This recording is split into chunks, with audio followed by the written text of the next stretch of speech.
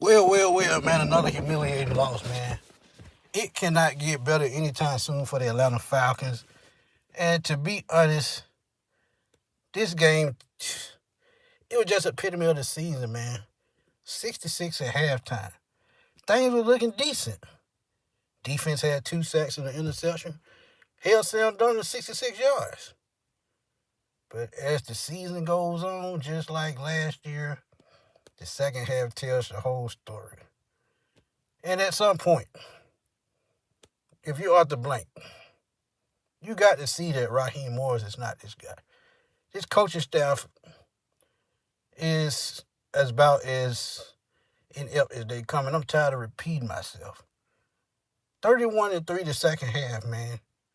3 turnovers in the second half that led to 3 touchdowns. You have the best receiver right now, the top yardage receiver in Jackson Smith and Jigba to one catch in the first half. Second half, he explodes for 2 touchdowns. So where can you go from here if you're Raheem Morris in the Atlanta Falcons? At this point, man, just let some of these veterans or some of these practice squad guys get reps because this season is over with, man. I don't even see another win. Not even against the hapless Saints at the end of the season. You go to Tampa on Thursday, you're probably going to get drugged. Then you still have to play the Rams, you're going to get beat to sleep.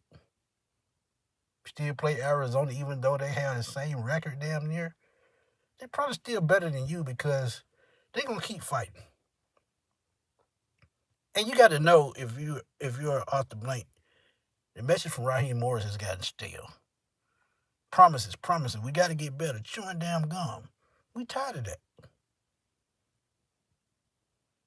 But Sam Darnold, man, 66 yards the first half, ended up with 249 yards and 3 touchdowns.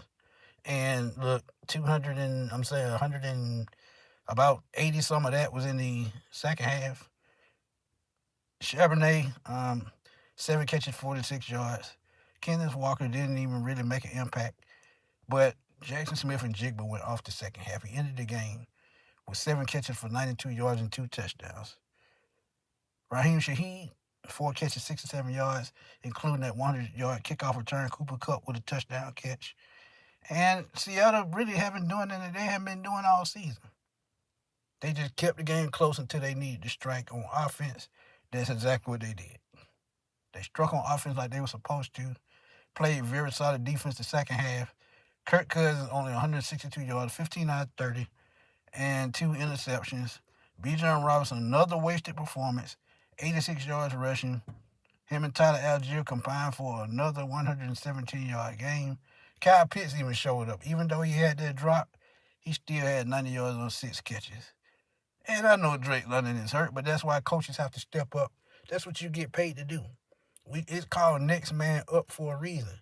And it's the same for coaches. Coaches are the reason that they call it next man up because the coaches have to put those guys up to what they need to do to coach them in the right direction to keep this roster solid. But at this point, yeah, James Pierce is having a nice season. Jayden Walker is having a nice season. This defensive front seven is having a nice season.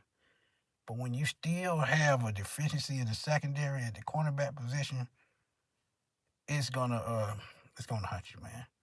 So they have some soul searching to do this offseason, man. And a game like this cannot happen again. And like I said, Falcons only had 274 yards on offense, and this should be one of the best offensive teams in the league.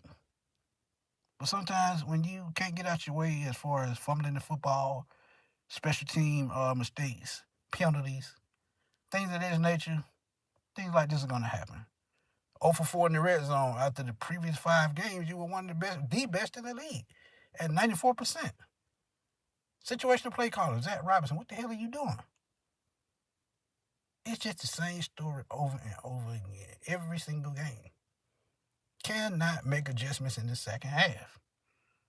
So, let's be real. 4-9.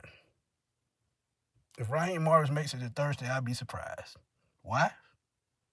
Because the players have given up. The fans have given up. And Arthur Blank has to know that. But the Falcons take another loss, man. 37-9 at the hand of the Seattle Seahawks, man. Y'all know what to do, man. Let me know what y'all think. Drop those comments, and I'm going to holler at y'all on the post game, man. Peace.